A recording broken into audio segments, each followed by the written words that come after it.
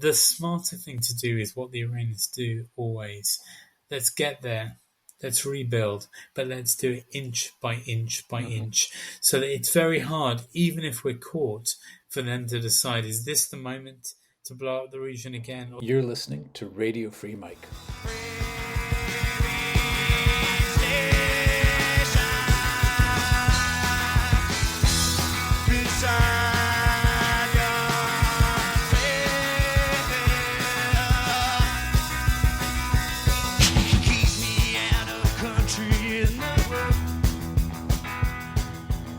Welcome to Radio Free Mike, the podcast about freedom and its discontents. My name is Michael Scott Moore, and today we're talking to Laurence Norman, who's covered Iran's nuclear program for the Wall Street Journal for over a decade.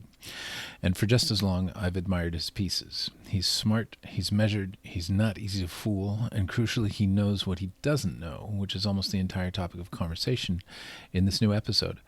What did the U.S. and Israel destroy in Iran in June? And what, if anything, did the attacks have to do with October 7th? We spoke on July 2nd, 2025, which is important to know because the story's still in motion. And because I'm on the road, there's some audio issues again. For a few minutes, you can hear some violin rehearsals in the background. Laurence, welcome. Thanks a lot for having me. So you've been covering negotiations with Iran for over its nuclear program for years. For how many years? For 13 years. 13, all for the Wall Street Journal? All for the Wall Street Journal, yeah. And the story's been fascinating, but it's played out over a long time. I mean, I even remember that when the Iraq War started in 2003, people were wondering about whether Iran was going to start enriching uranium in a hurry, just as a matter of self-defense, because we had just, invaded a country without seeming provocation. In fact, we invaded Iraq because we thought, Saddam might have some kind of nasty weapon. Which he didn't, at least not on the scale that was talked about. No. So this has been an issue for more than 20 years. And now it's become a very interesting issue. On June 13th, I think, Israel attacked Iran and took down a bunch of batteries of missiles and assassinated a number of nuclear scientists. And then some days later, I think on the 22nd, Donald Trump decided that very large American bombs should take out some underground facilities. Do you have a good idea of what might have been destroyed? I think we have a good idea of what might have been destroyed, to use your words. Exactly. I think the question is, what was destroyed exactly? So what do we know? I think it's easiest to break this up into what do we know, what do we not know, and then what don't we know, whether we know. So use the old Rumsfeld phrase. The known unknowns and the unknown Indeed. unknowns. I mean, it really does apply here. So what do we know? We know that the two main enrichment sites that Iran has, Natanz and Fordo, were hit. And we know for sure that Fordo was hit directly with a number of these bunker busting bombs. We know that the Israelis hit Natanz underground as well as overground. And then we know that the US came in with a couple of bunker busters at Natanz as well. And there's a third site, which is not an enrichment site, but it's where Iran did a lot of the important infrastructure work to get enriched uranium, which is at a place called Isfahan.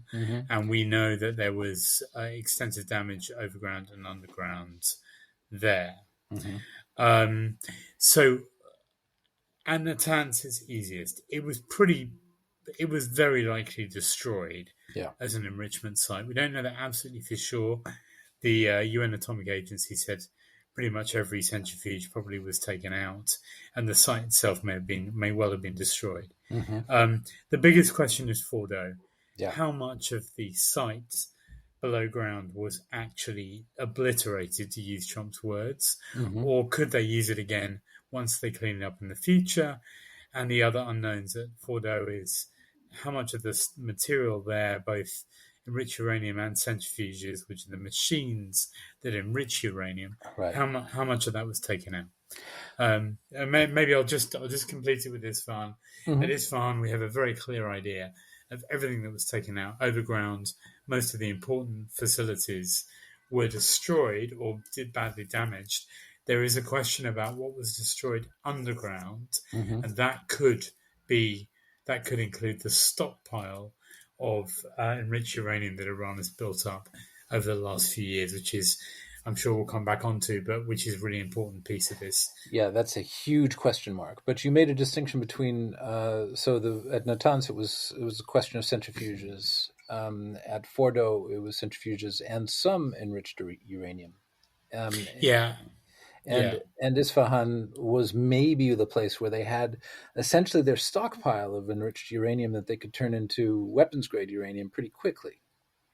So I know, I can say with absolute certainty that back in February, which is when I last asked about this, most of the highly enriched uranium, which is close to weapons grade, 60% enriched uranium, was held at Isfahan, and it was inspected. It was inspected every couple of days by the IAEA, who were making sure, the UN Atomic Agency, who were making sure that there was no material diverted. Now the question is whether they moved it. And the other, as you say, Mike, rightly, there would have been some amounts at Fordo of recently enriched material that may not have yet moved to Isfahan. Right. So that's kind of the pattern of what we have. And Natanz was virtually none, because mainly they didn't make 60% there. They made lower grade enriched uranium, which was then turned into higher grade at Fordo.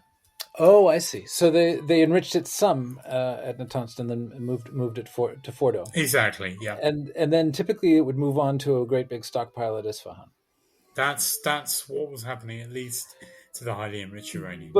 But all the I mean, never mind, the attacks more than a week before by Israel. But all the shit talk by President Trump gave the Iranians plenty of time to maybe move the stockpile. Yeah, I mean, so the Iranians dropped a fairly heavy hint that they were interested in moving it a few weeks before the Israeli attack. Is that maybe what helped spur the attack? Who knows? Maybe. I don't.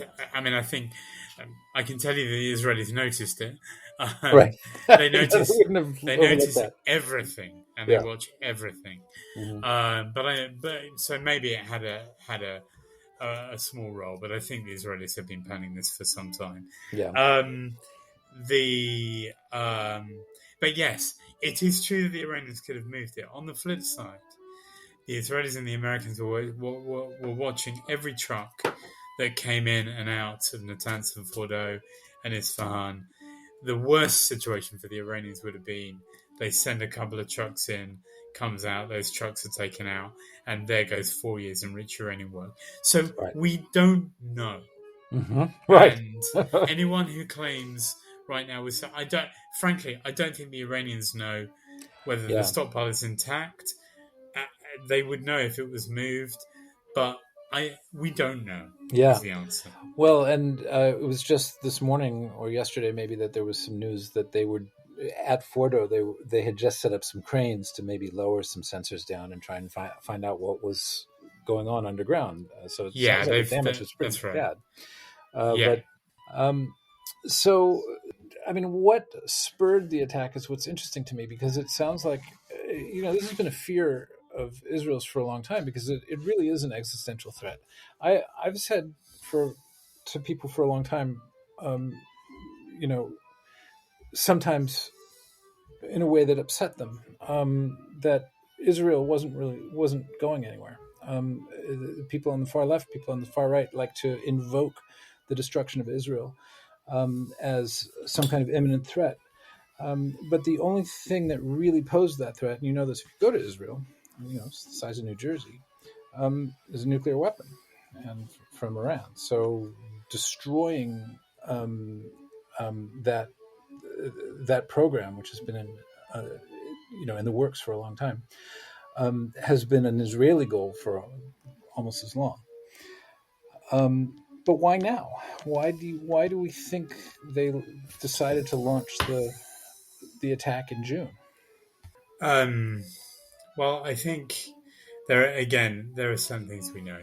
Mm-hmm. We know that Iran had enriched enough highly enriched uranium near weapons grade material for 10 nuclear weapons. Mm-hmm. That's crystal clear. We have that in the data. Mm-hmm. We know that Iran was working on what would technically be termed dual use studies experiments, which gleaned them nuclear weapons knowledge, mm-hmm. which was shrinking the gap of what they needed to know in order to build a weapon. We know that from the US. We've seen the intelligence around that. They've frankly been doing this on and off for 20 years. And, most of the serious people you talk to would say that Iran probably could have built some kind of crude nuclear weapon that was deliverable on a truck or on a ship, but not deliverable by missile within a few months. I'm sorry to interrupt, but this has been a free preview of this episode. And the whole thing is open to paid subscribers to Radio Free Mike. So if you'd like to hear the rest, please hit the link in your show notes or in the body of the email we've sent you and upgrade your subscription over at Substack. Then you'll be able to listen to the full episode on any platform. Thanks for listening.